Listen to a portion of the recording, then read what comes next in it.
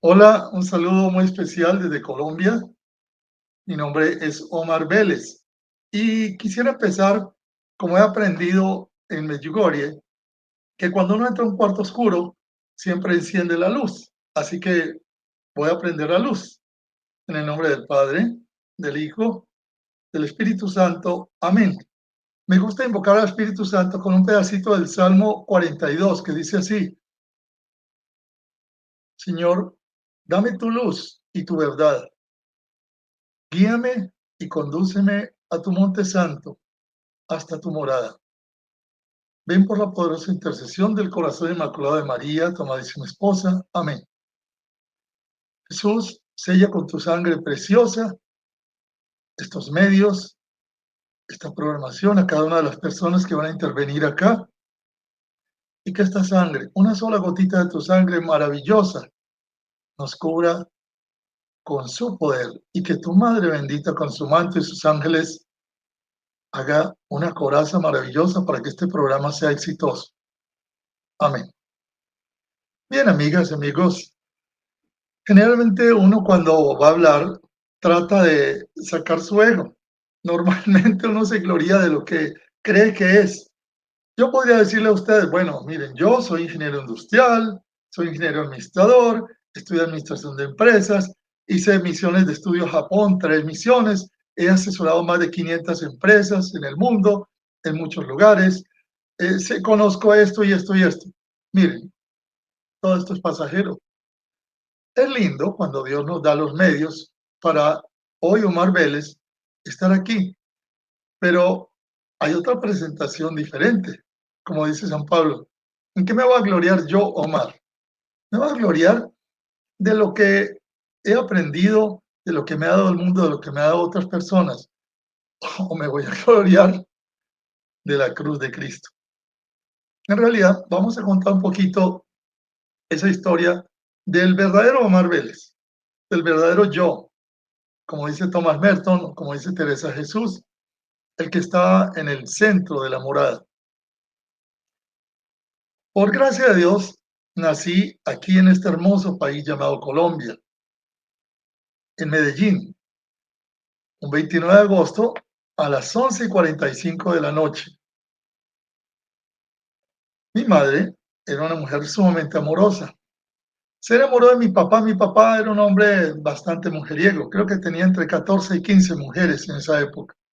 Y yo fui uno de los 8 hijos que tuvo mi mamá, el quinto. Dentro de nuestra tradición religiosa muy folclórica, digo folclórica porque la gente iba a las procesiones, rezaba de una manera empírica. Mi madre no tuvo mucha formación, pero leía mucho. Y mi padre se fue. Cuando yo tenía unos 4 o 5 años, creo que se fue de mi casa.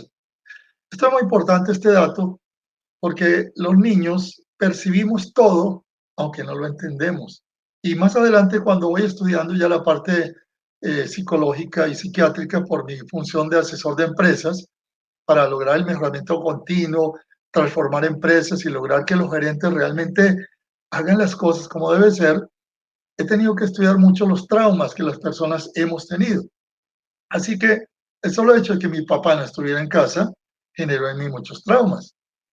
Me di cuenta, obviamente, que él se había ido y yo asumí la paternidad casi a los 6 años de mis hermanos. Prácticamente mi juventud fue cuidar a mis hermanos. No sé por qué. Y entonces asumía ese proceso que me fue haciendo conocer la vida de una manera muy diferente. Mi madre tuvo que trabajar, salir a trabajar y valientemente, como muchas mujeres de hoy en día, trataba de llevarnos adelante. Así que no le damos mucho tiempo de controlarnos. ¿Quién nos controló? Realmente el amor de ella y el amor de Dios. Quiero resaltarles esto porque a través de mi vida, pues pude estudiar en una escuela pública muy, muy bonita, San Agustín. En las escuelas en Colombia nos daban clases de religión y aprendíamos cosas de religión muy sencillas. Ya cuando estaba en el bachillerato también teníamos clases de religión, de apologética, pero yo fui elegido dentro de un comité estudiantil del Liceo de la Universidad de Antioquia y entré en la política. Empecé a ser un líder estudiantil desde mis 13 añitos. Desde los 13 años hasta que salí de la Universidad Nacional de Colombia, participé en 18 movimientos estudiantiles. Y entonces, en este proceso, me fui contaminando de muchas cosas. Por ejemplo, todo lo que era el existencialismo que estaba de moda en aquella época, Albert Camus, Jean-Paul Sartre, etcétera. Después los nadaístas en Colombia con Gonzalo Arango. Y después, obviamente, aprendí todo lo que era el ateísmo y el comunismo. Estudié a Marx, Engels, Mao, todos los de la época. Sin embargo, sin embargo, la Virgen María ya tenía un plan conmigo. Quiero darle gracias a ella que está aquí atrás en este cuadro, que lloró sangre en el año 2007. Ustedes pueden ver esa imagen hermosa que ha llorado sangre y que después les diré cuánto ella ha tenido que ver en mi vida. Pues por, simplemente porque me gustaba una muchacha que era muy linda y tenía amigos, entré en una Legión de María. Y fui legionario de María con unos 3 años, siendo un niño. Entonces tenía como un doble papel. Iba al liceo, era buen estudiante, tiraba piedra, dirigía los movimientos estudiantiles, pero iba a la Legión de María, iba a hacer catecismo los sábados. Ya en la universidad ya fue muy diferente. En la universidad entró un proceso mucho más político y estoy balanceado. Entro también a la congregación mariana. Curioso, ¿no? Pero los jesuitas de aquella época nos enseñaban muchas cosas interesantes y a la vez nos decían que tenemos que aprender a ser políticos. Yo tenía la influencia del grupo de izquierda en la universidad, con quien era muy amigo, también del grupo de derecha. Prácticamente mi función era tratar de luchar contra la opresión de los ricos. Yo quería destruir los ricos. ¿Por qué? Pues porque mi papá era rico, se había ido desde pequeño, cuando yo era pequeño, y en mi corazón tenía un odio a mi papá. Ese odio yo no lo sabía, pero estaba en mi inconsciente. Este odio se fue acumulando y por eso es que yo salía a hacer 18 movimientos estudiantiles tratando de cambiar el país. Por Dios, ustedes no se imaginan cuántas cosas aprendí.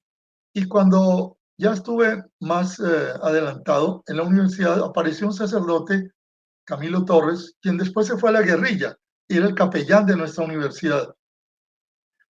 Yo era de los líderes más importantes de la Universidad Nacional, pero aprendimos a estar ya no públicamente, sino en la clandestinidad, porque sabíamos que nos podían matar. Suceden cosas curiosas, miren, mamás y personas que han tenido hijos que no creen en nada o que no rezan, aquí les voy a dar un aliento de esperanza. Entonces, participé en movimientos estudiantiles, era una persona rebelde. Además de esto, pues un día me encontré el que era presidente del comité estudiantil del Partido Comunista vestido de yoga. Qué curioso que mi gran compañero era yoga, me llamó la atención porque yo quería aprender todo. Fíjense qué curioso, el no tener papá me ayudaba a buscar a mi papá en todos lugares, lo buscaba en los maestros, lo buscaba en los libros, lo buscaba en los movimientos, en cualquier cosa. Yo buscaba a mi papá, inclusive hasta en la iglesia buscaba a mi papá, pero ese trauma interior que tenía, eso que me había pasado, no me permitía ver. Bueno, mi amigo yoga me enseñó yoga. Yo aprendí yoga. Aprendí, como era estudiante de ingeniería, pues para mí era sumamente fácil hacer los horóscopos. Así que si ustedes me decían la hora de su nacimiento, el día de su nacimiento, con toda tranquilidad les levantaba un horóscopo y les decía todo. Aprendí a leer y casi a leer las vidas de las personas con el horóscopo. ¿Por qué les digo esto? Porque ya hoy sé que esto no es bueno. Ya hoy sé que la yoga me quitó lo que se llamaría la piedad, la oración, porque yo aprendí muchas cosas de yoga, pero no se quedó ahí. En el camino comprendí, empecé a estudiar la alquimia, me fascinaba todo lo que era extraño y que me diera poder y control. Este poder y control tiene que ver con tres energías que se desbalancearon en el ser humano en un momento dado con el pecado original. Deseos de poder y control, deseos de seguridad y sobrevivencia y deseos de afecto y autoestima. Como hemos sido heridos en estos tres centros de energía, yo estaba desequilibrado. Quería poder y control, quería afecto y autoestima, reconocimiento. Inclusive hasta el día de hoy uno de los defectos más fuertes que he tenido es buscar reconocimiento. He tenido que trabajar el libro de las virtudes y los vicios de Conchita Cabrera Armida, la beata mexicana, que me ha ayudado muchísimo. Y también Teresa de Jesús. ¿Por qué? Porque he tenido que aprender qué hay detrás de todos los deseos míos. Y obviamente ese deseo de seguridad y sobrevivencia que me llevaba a luchar. Aprendí yoga, pero después de la yoga viene a mi vida una persona que viene de visita a Colombia. Mi madre trabajaba en un hotel, ya mi madre había ascendido en sus puestos. Y conozco a la chica con la cual me casé, viene de Venezuela. Su papá y su mamá habían pasado por un proceso de rosacrucismo, masonería. Inclusive su mamá venía de las islas, y en las islas hay muchas cosas que tienen que ver con brujería. Y en el medio había un sancocho con catolicismo. Dime con quién andas y te diré quién eres. Es muy importante el medio ambiente, acuérdense aquello de Ortega y Gasset. Yo soy yo y mis circunstancias. Las circunstancias también ayudan a desarrollar hábitos. Entonces aquella chica sabía espiritismo y su papá sabía espiritismo. Fascinante. Aprendí espiritismo, aprendí a mover cosas, aprendí poder mental, era capaz de levantar mesas invocando espíritus porque un profesor que aparentemente era muy bueno, católico, me lo enseñó. Fíjense, un profesor que era católico me enseñó a mí espiritismo. Y como era fascinante ver aquello y mover una mesa y hacer cosas y mover objetos y volver agujas del reloj y desarrollar el poder mental, pues para mí era obtener poder y control. Pero un día, haciendo una sesión espiritista, una persona muy querida mía quedó como en un trance y se fue enfriando, se fue enfriando, se fue enfriando, se fue como congelando. Yo mandé a la gente que se fuera del cuarto y en mi desesperación me puse de rodillas y me acordé de Dios.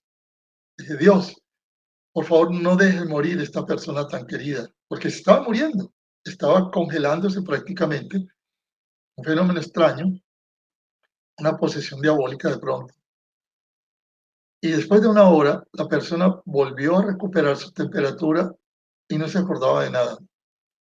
Y yo desde ese día me juré nunca más meterme con estas fuerzas desconocidas que yo no podía controlar. Miren, no era que creía que eran malas o demoníacas, no. Simplemente como yo no las podía controlar, no quería saber más nada de eso.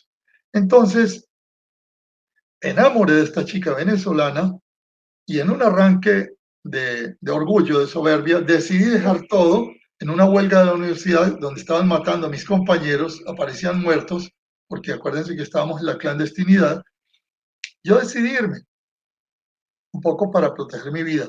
En paralelo, pocos días antes de irme, había muerto mi padre. Y eso me traumatizó, porque supe que mi papá no se había casado con mi mamá, que había tenido muchos hijos. Y yo tengo el mismo nombre de mi papá. Y me humillaba eso. Y me hacía sentir muy mal que mi mamá no se hubiera casado con mi papá. Entonces, decidí como huir, dejar todo, irme a otro país. Salí de Colombia, me fui a Venezuela un viernes, me casé un sábado, no hubo preparación, no hubo cursillo prematrimonial, no hubo misa, no hubo confesión. Simplemente el sacerdote cuando llegué me preguntó que de cuánto quería la ceremonia. Y yo había estado trabajando con curas revolucionarios en Colombia. 16 de los curas que yo conocí se habían ido a la guerrilla. Imagínense qué confusión teníamos, donde personas que debían trabajar por la no violencia estaban tan confundidos. Y en el año 66, que hubo aquí en Medellín un una reunión muy importante de obispos de Latinoamérica, el CELAM. Yo veía los obispos que estaban en Mercedes-Benz con zapatos de oro y veía los obispos que venían en blue jeans y nos apoyaban a nosotros en la universidad en tiendas de campaña. Entonces veía dos iglesias y yo iba por la iglesia que batallaba desde las tiendas de campaña, que iba a los barrios, que invadíamos terrenos y le dábamos casa y comida a los más pobres. Y había sacerdotes que eran sumamente aguerridos, que nos ayudaban a invadir terrenos, a llevarle comida a los pobres y escuela. Entonces, para nosotros la iglesia era una iglesia que luchaba por los pobres, pero muchos de estos sacerdotes se confundieron y se fueron a la guerrilla. Y yo llegué a un punto de mi vida en que decía, a ver, mis compañeros y mi director de la universidad, el padre Camilo, se van a la guerrilla. ¿Por quién van a disparar? Esa pregunta me la hice muchas veces. Voy a ir a disparar por Cuba, por China, por Rusia, por Rumanía o por Colombia. Ninguno de ellos iba a tomar un arma por Colombia, iban a traer el comunismo cubano o chino o rumano o ruso. Y yo dije, no, yo amo mi país y además no quiero la violencia, porque ya con la yoga había también hablado de Pax, hermano, había conocido a Gandhi, había hecho manifestaciones con los estudiantes donde no tirábamos una piedra y eran manifestaciones muy importantes en la ciudad, bloqueábamos la ciudad pero en paz. Paralelo, mi hermano también era líder de otra universidad, la Universidad de Antioquia, bastante conflictiva hasta el día de hoy, y también era un líder estudiantil importante. Los dos habíamos crecido entonces con ese, digamos, en el fondo, odio contra nuestro papá, que lo traducíamos en el odio contra la sociedad que había dejado a nuestra madre sola, nos había dejado a nosotros solos. A pesar de que esa sociedad, a través de nuestra madre, nos dio amor, nos dio educación y nos acogió. Me fui a Venezuela y entonces me preguntó el sacerdote de cuánto quería el matrimonio, imagínense ustedes. Yo le digo, mire, si usted quiere, le pago lo que le pagaron a Jesús. ¿Cuánto vale Jesús? Porque sé que la última vez lo vendieron por 30 monedas de plata. Dígame cuánto vale Jesús, yo se lo compro y me dice cuánto vale el matrimonio. El cura se enojó mucho conmigo. Obviamente hizo una ceremonia muy mal hecha, unos 7, 8 minutos, y mi esposa y yo salimos renegando de la iglesia por 23 años. Éramos tan ignorantes espiritualmente que juzgamos la iglesia a través del comportamiento de un sacerdote. No sabíamos que en paralelo había otros sacerdotes maravillosos que estaban luchando por la vida, por el amor, por la verdad, por la bondad. Pero uno puede juzgar una institución por el mal comportamiento de una persona. Por eso es tan importante que nosotros, cuando nos convertimos, debemos ser testimonio vivo. Y nuestro testimonio habla mucho más que lo que pueden hablar nuestras palabras. Me casé, 23 años estuve fuera de la iglesia, tuve 2 hermosas hijas, a las cuales bauticé por cumplimiento, cumplo y miento, por toda la parte social. Sin embargo, pasaron los años y aquí viene la parte extraordinaria del encuentro con Dios. ¿Cuál es la parte extraordinaria? La parte extraordinaria es que un día me tocó hacer un acto que es un sacrificio muy grande. Mi esposa me dice que la acompañe a un salón de belleza, a una peluquería, la llamamos nosotros, a arreglarse su cabello. ¿Saben qué es aburridor para uno? Lo más aburridor es ir a una peluquería a ver a las mujeres arreglarse el pelo y uno no sabe qué hacer. Estamos en el año 1988 y resulta que yo no sabía qué hacer y me puse a leer una revista. Encontré una revista ahí en medio de la peluquería. Esta revista la tengo aquí desde 1988, una revista Vanidades. Esta revista es la edición número 9 del 16 de abril de 1988. Y dice, ¿y qué hice yo? Pues me puse a ver las fotos de las chicas y las fotos que había aquí en la revista Vanidades. Pero había un título que decía exclusivo, la Virgen se aparece, reportajes y fotos. ¿La Virgen se aparece? Yo había sido congregante mariano, había sido legionario de María, pero tenía una fe con una profundidad de 2 milímetros, aunque había estudiado. Pero como era radical y era luchador, pues de alguna manera había quedado en mi corazón las oraciones que hacía mi madre, los rosarios que hacía, aunque lo hiciera de carrera. Tal vez la intención de ella era tan linda que esa intención grabó en mi corazón la Virgen María. Entonces abrí esta revista y me encontré con esta foto, que la Virgen se aparece en Medjugorje. ¡Wow! Mi opinión fue, ¿verdad? Impresionante. Dije, ¿cómo está de mal la iglesia que los curas andan inventando apariciones para conseguir dinero? ¿Cómo estará de mal la iglesia? Imagínense cómo pensaba yo, ¿no?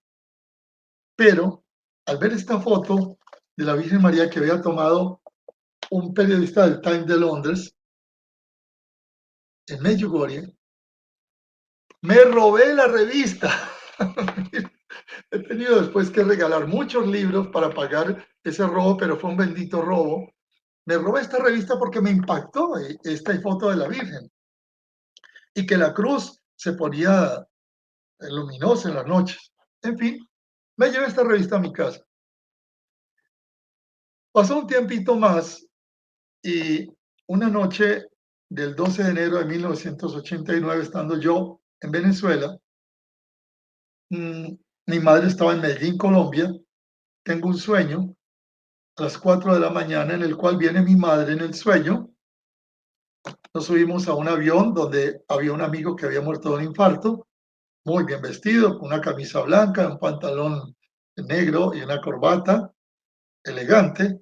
Subimos en un avión, mi madre y yo vamos en el ala del avión, pero cuando vamos volando, Jorge nos dice, entre en el avión que vamos a pasar por el túnel a alta velocidad. Entramos en el avión y cruzamos un túnel a alta velocidad, qué sé yo, como cuando uno va a una velocidad 5, 6, 7 mil kilómetros por hora. Pasamos ese túnel y aterrizamos en el sueño en un sitio hermosísimo, verde, esmeralda, precioso. Y allí mi madre me dijo muchas cosas para mi vida, me bendijo. Yo la observaba mientras me hablaba. Tenía un vestido muy elegante, negro, tenía un broche con una flor en el pecho, las mejillas sonrosadas, un peinado muy elegante, unas medias gris clarito y unos zapatos de tacón pequeño, una camisa como debajo del vestido muy bonita. Entonces, me llamó la atención esto. Mi madre de pronto me dice en el sueño, bueno, hijo, te voy a dar la bendición. Me da la bendición y hay un arroyo al frente y ella va a saltar el arroyo. Cuando va a saltar el arroyo, yo le digo, mamá, mamá, espérate, tú estás muy viejita, mi mamá tenía 70 años. ¿Cómo vas a saltar ese arroyo? Tú no estás viejita. Me dice, ¿viejita? Ahora es cuando tengo energía. Y salta el arroyo. Al saltar el arroyo, yo me despierto. Al despertarme, inmediatamente siento que este sueño, que lo recuerdo perfectamente, desde el 12 de enero de 1989 a hoy, 2023, 11 de julio del 2023, pues mi madre me da a entender que va a morir. Y yo siento eso, llamo a mi suegra, le digo, mire, suegra, la llamo a las 5 de la mañana. Y ella se extraña de que la llame a las 5 de la mañana. Le digo, suegra, quiero que alguien me ayude a testimoniar que mi madre me acaba de informar que va a morir en Colombia. No, hijo, me dice ella, no, hijo, tal vez usted está preocupado por su mamá. Le dije, no, mi mamá me acaba de avisar que va a morir. Yo me fui a trabajar, yo trabajaba con Eaton Corporation en una fábrica cerca de Valencia, Venezuela. Entré a mi oficina, no pude salir de la oficina. Me puse a escuchar el Requiem de Mozart. Y a las 9 de la mañana, una matita que se llama cafeto, no es la mata de café, pero en Colombia la llamamos cafeto, de unas flores blancas y unos frutitos rojos parecidos al café, floreció a las 9 de la mañana en mi oficina. A las 11 me llamó mi sobrino desde Colombia, yo estaba en Venezuela, recuerden, tío, tengo que darle una noticia. Dije, ya sé. ¿Y quién le dijo? Le dije, mi mamá me dijo, sí, murió a las 9 de la mañana. Bien, salí de la oficina, me fui a mi casa, me senté en un rinconcito y me encontré una Biblia que yo había comprado cuando nos casamos para dársela de regalo a mi esposa, pero no la habíamos abierto, estaba llena de polvo. Sin embargo, la abrí. Esa es la Biblia que tengo aquí al lado, mírenla. Esta es mi Biblia hoy en día. La Biblia de Jerusalén, que se la recomiendo, con la traducción en España, con los comentarios, que es la mejor traducción que hay. Cuando abro esta Biblia, entonces me encuentro el Salmo 117, y en el Salmo 117 simplemente la abrí de un golpe. Y al leer el Salmo 117 me encontré una simple frase, una frase muy simple que decía, este es el día en que actuó el Señor, sea nuestra alegría y nuestro gozo. No se me olvidó nunca. Este es el día en que actuó el Señor, sea nuestra alegría y nuestro gozo. Arreglé el viaje a Colombia y cometí un error grave. No me traje a mis hijas. Quería que mis hijas supuestamente tuvieran el recuerdo de la madre viva. Es un error. Los niños tienen que enfrentarse a la realidad natural de la muerte. Llegué a Colombia y cuando fui a la sala de velación, oh sorpresa, mi madre tenía el vestido que tenía en el sueño, le habían vestido con ese vestido.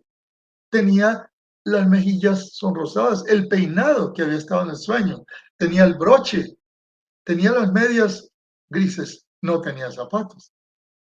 Yo le tomé la mano, fue muy curioso porque yo llegué un día después de muerta y no estaba rígida. Y cuando yo venía a Colombia, pasaba horas y horas conversando con ella y le tomaba las manos mientras ella me rascaba la cabeza. A mí me gustaba que ella me acariciara la cabeza mientras hablábamos. Yo me sentaba en el suelo, ella en la silla, y las manos de ella, yo le acariciaba las manos. Las manos de ella muerta estaban totalmente flexibles. Yo estuve mucho rato en silencio mirándola cuando me acordé de los zapatos. Le dije a mi hermano, ¿dónde están los zapatos? ¿Cuáles zapatos?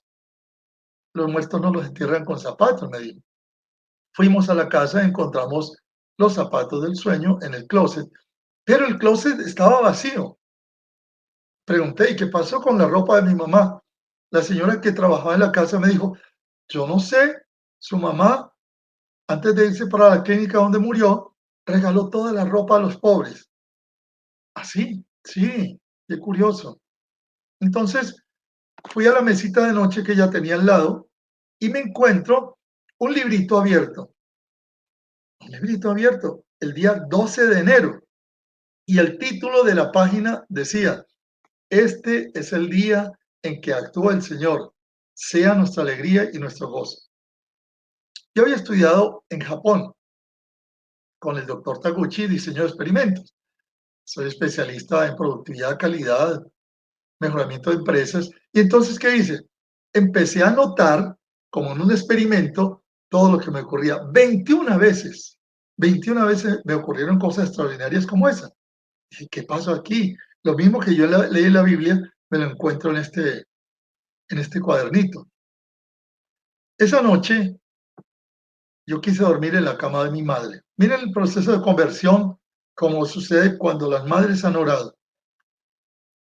Yo no sabía que esos 23 años que yo estaba lejos de la iglesia, mi madre todos los días rezaba el rosario por mí, hasta el día de su muerte, y por mi hermano, y por todos mis hermanos.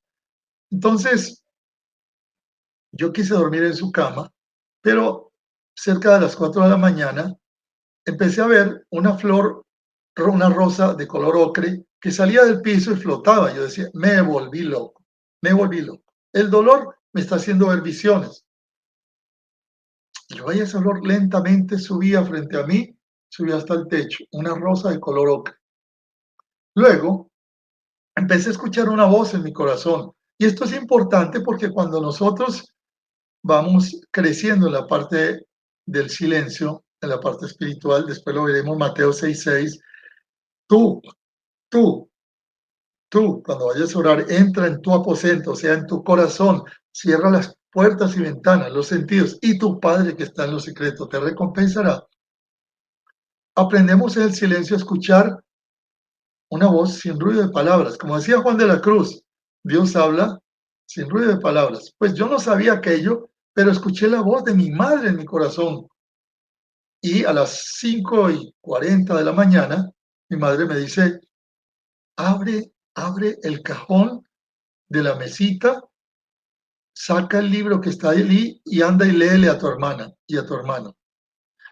Yo abro el cajón, me encuentro un Nuevo Testamento chiquitito que regalaban por ahí en los hoteles, lo abro y voy donde mi hermana que estaba llorando con mi hermano en la cocina. Ya se habían levantado, estaban tomando un café y llorando en la cocina. Mi madre había muerto en una clínica el día anterior, antes ella murió a las 9 de la mañana, pero el día anterior le había dicho a mi hermana que se fuera a la casa, que tenía hijos, que atendiera al esposo, a mi hermano y a mi cuñada los bendijo, los mandó a la casa, y a mí me escribió una carta y me la mandó la noche antes de morir. Y tranquila, se quedó sola. Estaba en paz mi madre. Y por la mañana, cuando fue a bañarse, entró al baño desnudita, solo tenía unas aretitas, murió con unas aretitas puestas, desnuda, como Job. Dios me lo dio, Dios me lo quitó, bendito sea el Señor. Así era ella. Resulta que yo agarro el librito, que está en la mesita, lo abro y voy donde mi hermana y me encuentro a mi hermana llorando a gritos. Si yo hubiera estado ahí, mi madre no se hubiera muerto.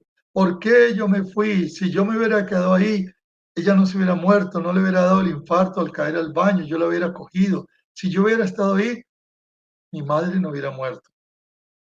Y lo que yo llevaba era el Evangelio de San Juan abierto en la parte en que Marta sale al encuentro de Jesús cuando ha muerto Lázaro. Y lo que le dice Marta a Jesús, exactamente lo mismo que estaba diciendo mi hermana. Le dice, Señor, si tú hubieras estado aquí, mi hermano no hubiera muerto. Y igual María Magdalena, ¿no? Se queda en la casa un poquito enojada porque Jesús no había venido tal vez, y después sale llorando y le reclama a Jesús, Señor, si tú hubieras estado aquí, mi hermano no hubiera muerto. Y eso era lo que hacía mi hermana. Imagínense, yo le leo el Evangelio a mi hermano y mi hermana, ¿qué pensarían? Este se volvió loco, este que no lee el libro, este que no lee el Evangelio, este que no reza. Y ahora viene a leernos el Evangelio. ¿Está loco? Les entró por este oído, les salió por el otro oído. No me hicieron caso. Bueno, pero yo estaba seguro que había escuchado esa voz de mi madre que me había dicho, anda y léele. Resulta que cuando fuimos a la Santa Misa, con el cuerpo presente, hubo amigos de mi hermano muy nobles que fueron a cantar canciones muy bellas de despedida.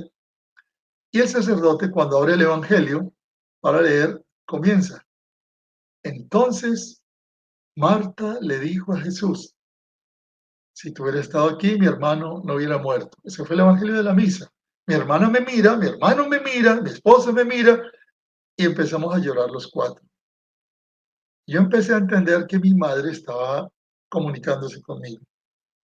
Después cremaron el cuerpo de mi madre, trajeron las cenizas y el sacerdote, que era amigo de la casa de mi hermano, le dijo, mire, es muy deprimente tener las cenizas en la casa. Tráigame las cenizas y me las dejan aquí en la iglesia hasta que ustedes abran el osario donde van a poner las cenizas de su madre. Y entonces hicimos una misa de cenizas presentes muy linda y ocurrió que cuando fuimos a llevar las cenizas a un sitio que estaba en construcción, al pasar frente a una imagen, yo vi las rosas ocre que había visto en el sueño. Las vi en el piso, al lado de una imagen. Y le pregunté a mi hermana, ¿quién es esa imagen que está ahí? Mi hermana me regañó, me dice, bobo, así, un pequeño insulto. Bobo, ¿cómo es posible que tú no sepas que esa es María Auxiliadora? Aquí en Medellín todo el mundo sabe quién es María Auxiliadora y tú no sabes quién es. Le dije, no, no sé quién es. Pues había una flor ocre hermosa al lado de María Auxiliadora. A mí me llamó la atención porque esa era la flor que yo había visto. Luego, el sacerdote en el sagrario que estaba en construcción puso las cenizas de mi madre. Pero, atención, miren qué importante es cuando las mamás y los papás llevan a los niños pequeños a la iglesia. Cuando yo tenía unos 4 añitos, mi mamá me llevaba a la misa, me agarraba con la mano derecha, seguramente era inquieto, y yo era curioso, le preguntaba a mamá, ¿qué es esa casita que está allá adelante en el altar? Mi madre me decía, ahí está Dios. Ah, sí. Yo veía esa casita tan bonita, me gustaba, y ella me decía, algún día, oigan esto, algún día yo me quiero hacer pequeñita, pequeñita y meterme ahí con Jesús, con Dios. Cuando vamos con la ceniza de mi mamá y el sacerdote va a poner las cenizas mías, perdón, de mi madre frente en el sagrario, inmediatamente mi mente recuerda y ve a mi madre llevándome y diciéndome, algún día me quiero hacer chiquitita, chiquitita y meterme ahí en el sagrario con Jesús. Para mí fue muy impactante porque me di cuenta que había sido una profecía de mi madre.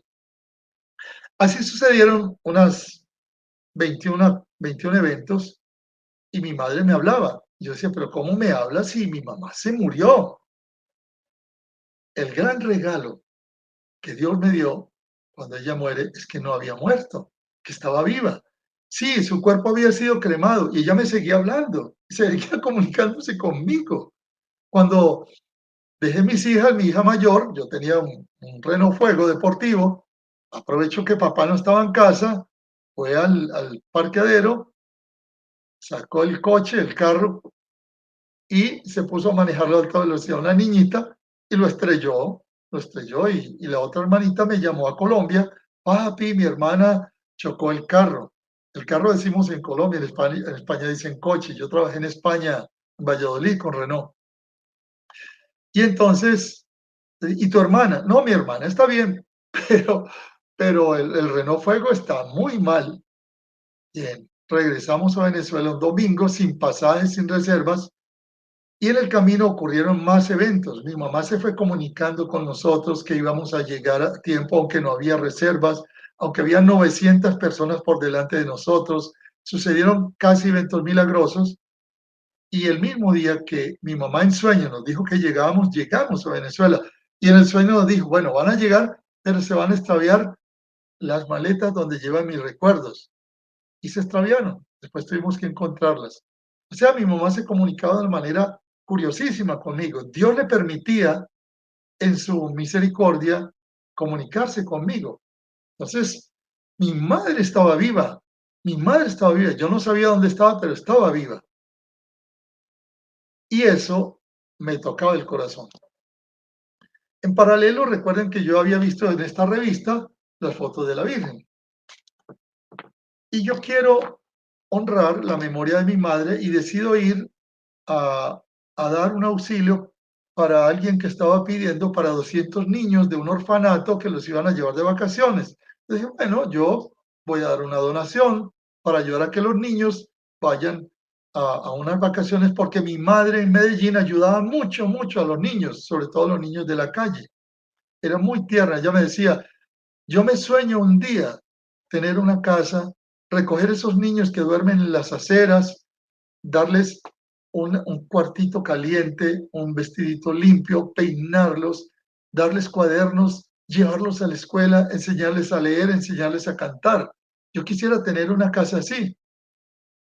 Y entonces yo quería como servirle a los niños, pero fui a darle un donativo y había un sacerdote llamado José María Rivolta en Venezuela, que tenía una casa para ayudar a drogadictos y a niños. Y cuando fui, le dije, señor, aquí le traigo una donación para los niños. Señor, yo no respetaba a los sacerdotes. Y él me dijo, ¿por qué será que los católicos son tan flojos? Un insulto, no me insultó. ¿Por qué usted no lleva el donativo al sitio y me va a poner a mí de mensajero a llevarlo cuando usted lo puede llevar? ¡Ja! esa era la reacción interna mía. Estos curas desgraciados, perdone la expresión, ¿cómo es posible que yo vengo a traer una donación y me insulta? Pero mi mamá por dentro me decía, bueno, llévala a las niñas. Fui al orfanato, llevé la donación. Y cuando salen aquellas gorditas, pecositas, pequeñitas, me muestran sus muñecas, sus camitas, me abrazan, me dan besos, juegan conmigo, corren, me conquistaron el corazón. Y dije, este cura tramposo, este cura me hizo una trampa, lo que quería era que yo viniera aquí a este orfanato para que estas chiquillas me enamoraran. Bueno, ahí trabajé muchos años, quizá, no sé, como unos 12, 14 años estuve ayudando a ese orfanato. Tanto me enamoraron. Pero no solo eso, sino que quise llevar a mis hijas a una casa Don Bosco, donde había 300 niños de la calle que los salesianos recogían, pero yo fui simplemente porque era una Navidad y los niños en la mañana en Venezuela salían a patinar y allí había un espacio grande para patinar. Cuando empezaron a vender, después de que los niños patinaron algunos alimentos, había una congestión muy grande. Yo soy ingeniero industrial y no aguanto esa congestión y voy donde el grupo que está organizando eso le digo, mire, ¿me permiten que les ayude? Sí, cómo no. Bueno, un momentico, comité de logística, comité de despacho, y organicé todo y todo salió muy rápido y salió muy bien. Y me dijeron, mire, ¿y usted por qué no entra al comité de ayuda de la Casa Don Bosco? ¿Y qué es esto? Es una casa que ayuda a niños, niños pobres. Me acordé de mi madre y nada más con eso decidí ir a la Casa Don Bosco a ayudar, donde también estuve muchos años colaborando.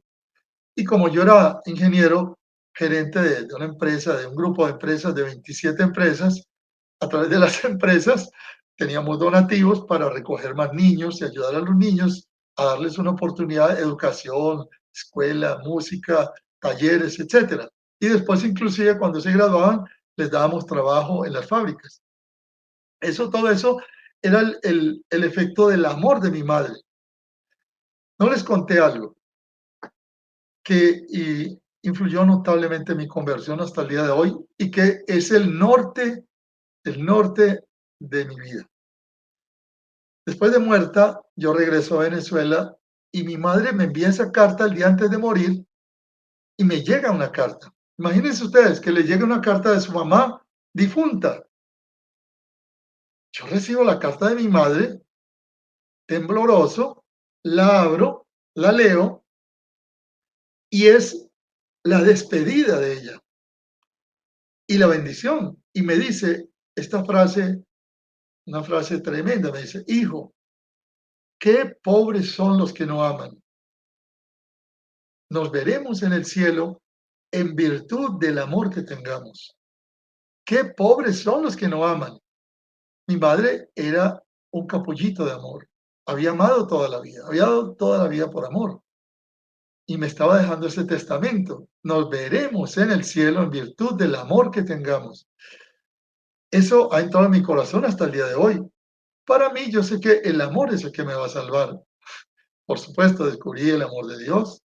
Con el amor de Dios descubro el amor al próximo, comenzando por mi familia, los que tengo alrededor, el amor a toda la humanidad, el amor a la naturaleza, el amor a mí mismo. Descubro que el amor es maravilloso, por eso me encanta Medjugorje, donde la madre del amor, viene a enseñarnos una escuela de amor. Con esa carta mi mamá me clavó el corazón y me puso el amor en el corazón. Y por eso es que yo estaba trabajando con las niñas del orfanato, con los niños de la Casa Don Bosco, iba a trabajar también con los drogadictos en la noche, en los talleres, y de pronto un día me invitan a Caracas a un bautizo. En este bautizo, yo les digo, miren, vayan ustedes a la iglesia, yo no soy muy amigo de bautizos, déjenme por aquí, me voy a tomar un café, y me fui a la librería de la Casa Don Bosco en Altamira.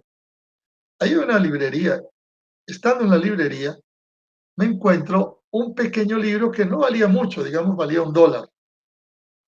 Mary Di Micheli, una señora italiana, había escrito un libro, La Virgen María se aparece en Medjugorje. como yo tenía en mi mente, tenía la aparición de Medjugorje que me había causado tanto impacto y que quedó en mi subconsciente, me compré el libro. Me puse a leerlo mientras ellos estaban en su misa. Era más o menos 9 de la mañana. Empiezo a leerlo y a llorar, y a leerlo y a llorar, y yo no sé por qué lloraba. Volvimos a la casa y yo seguía leyendo. Gracias a Dios no manejaba porque iba en el carro de otros.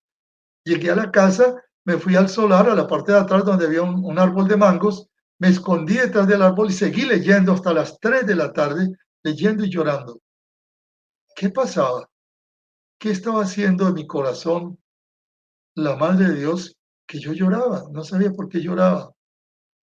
Con los años encontré que se llama oración de lágrimas. Quizá a ustedes les puede pasar también, se llama oración de lágrimas. Cuando la Virgen te abraza o te toca con esa pureza, nuestra alma no resiste y lloramos. Fue mucho impacto para mí ese libro de María Micheli. Volví a Valencia, Venezuela, a unos 200 kilómetros de Caracas.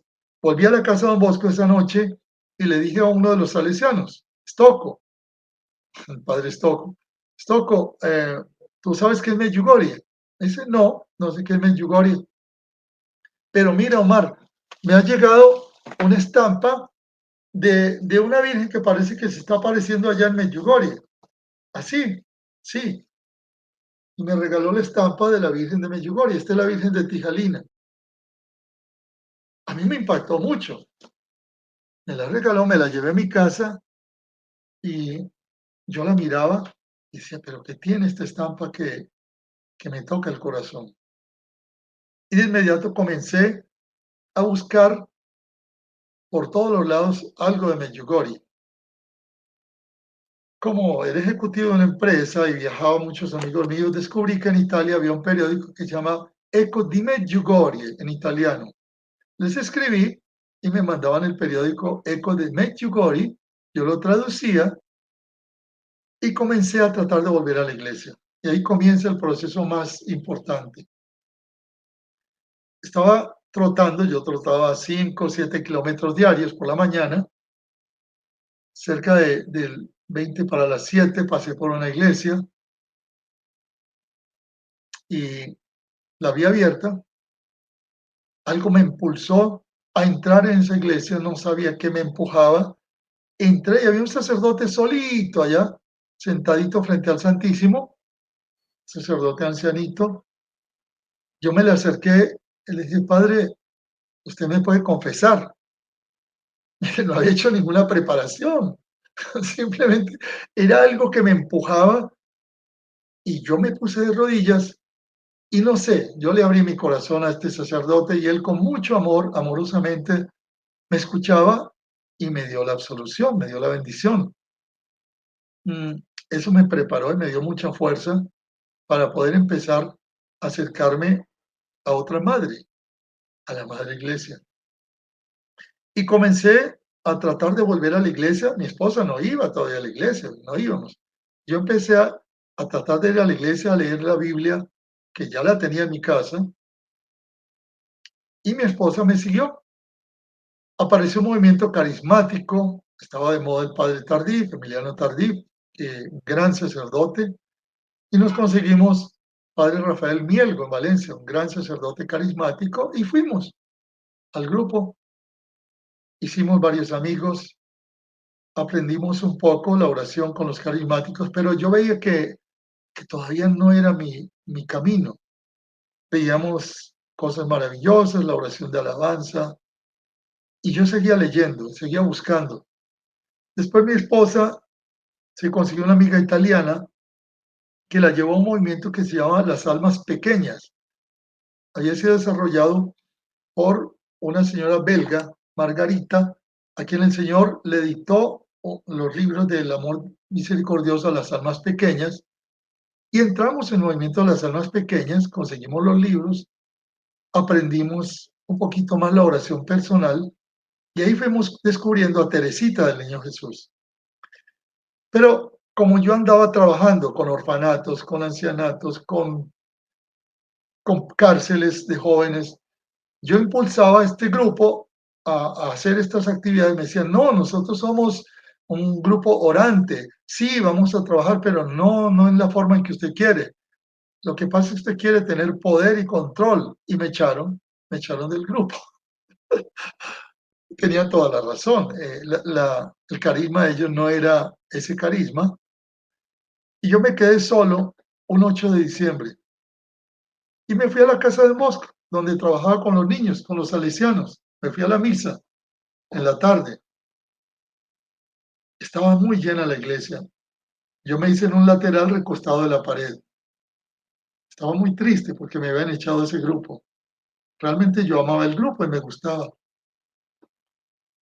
Y una voz me dijo, en el corazón, sin ruido de palabras. Ya hoy, ya hoy es para mí es muy sencillo identificar esas voces del Espíritu Santo, de la Virgen, que te hablan sin ruido de palabras.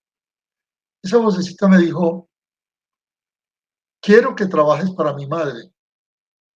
Yo miré al lado y como había tanta gente, pensé que era gente que estaba hablando en la misa y que no dejaban concentrarse. Miré la gente, en verdad, había gente conversando, pues me moví como unos 5 o 6 metros adelante, que estaba un espacio más vacío, más solo, y allí la voz se repitió, quiero que trabajes para mi madre. ¿Trabajar para mi madre? Me quedé pensando en eso, lo anoté en mi diario. Acuérdense que cuando uno estudia diseño de experimentos va llevando su diario y va anotando todas las cosas. Y empecé a ver, yo ya conozco a Medjugorje, traigo el eco de Medjugorje. Muy bien, voy a difundir el mensaje de la Virgen Reina de la Paz. Entonces comencé a ir a la iglesia, a colaborar más en la iglesia, y le pedí permiso a los sacerdotes de la Casa Don Bosco, como colaboraba allí, era un benefactor importante, que me dejara el día 27 de cada mes difundir el mensaje que la Virgen daba el 25. Me dijeron que sí, entonces yo sacaba miles de copias y la gente empezó a ir a una iglesia, podían ir 800.000 personas el día 27 a la misa de 6 de la tarde para recibir el mensaje de la Virgen. El mensaje me llegaba a mi oficina, en aquella época teníamos la tecnología más avanzada, el fax, ya no teníamos telex, ya había llegado el fax. Entonces, una señora desde Medjugorje llamada Emanuel nos mandaba, sobre Emanuel desde Medjugorje, nos mandaban los mensajes, o nos lo mandaban también desde Italia. Y un señor desde Estados Unidos, que hasta el día de hoy me manda el mensaje. Y yo lo traducía al español como mejor podía y lo repartía el día 27 en la iglesia a todo el mundo, en medio de la misa. Los salesianos fueron empezando conmigo a volverse muy medjugorrianos, sobre todo el confesor. Yo ya tuve un confesor que me dirigía, el padre Klaus Wolfermann, un santo sacerdote. Después el director de la Casa Don Bosco, padre Rino, ya nos permitía repartir el mensaje, pero nos dijo, no, ahora no lo vamos a dar al principio. Después de la Eucaristía, quiero que repartan el mensaje. ¿Por qué? Porque cuando llega el hijo, viene con la mamá. Entonces, después de que va la Eucaristía, repartíamos el mensaje y se hacía la oración. Y empezó esa iglesia a tener una acogida. Y empezamos en Valencia, en Venezuela, a difundir. Y luego en todo Venezuela fuimos llevando el mensaje de la Reina de la Paz. En este camino supe que había un grupo en Miami, Florida Center for Peace, que estaba enviando a América Latina audios, videos, libros y cosas para formar la Reina de la Paz. Un tal Luis Simán en Florida Center for Peace impulsaba esto. Lo contacté, le escribí y como la empresa donde yo estaba era un grupo grande, lograba importar a través de la empresa los libros, los videos y empecé a difundir libros en todo Venezuela. Inclusive desde Venezuela mandamos libros a América Latina y a Cuba. A Luis le gustó la idea y me llamó para ser parte del CODI, un comité americano donde estaba un sacerdote, Francisco Viral, un padre Manuel de Islas Canarias, Ibet Pacheco de Puerto Rico, Luis Simán y yo. Éramos el CODI que impulsaba en América la Reina de la Paz. Y comenzamos a trabajar. Nos reuníamos en Miami, en Panamá, en Venezuela, e íbamos difundiendo, visitando grupos de oración, formando grupos de oración. Yo todavía no he ido a Medjugorje, no había ido, pero ya estaba trabajando para la Reina de la Paz desde el año 94. Para el año 98 hice mi primera peregrinación a Medjugorje con un grupo de Venezuela, un grupo de oración, y desde allí he ido 8 veces a Medjugorje. Cada que voy a Medjugorje, ese encuentro con la Madre es fantástico. Y desde aquella época entonces comienza en mi corazón una inquietud de recopilar los mensajes.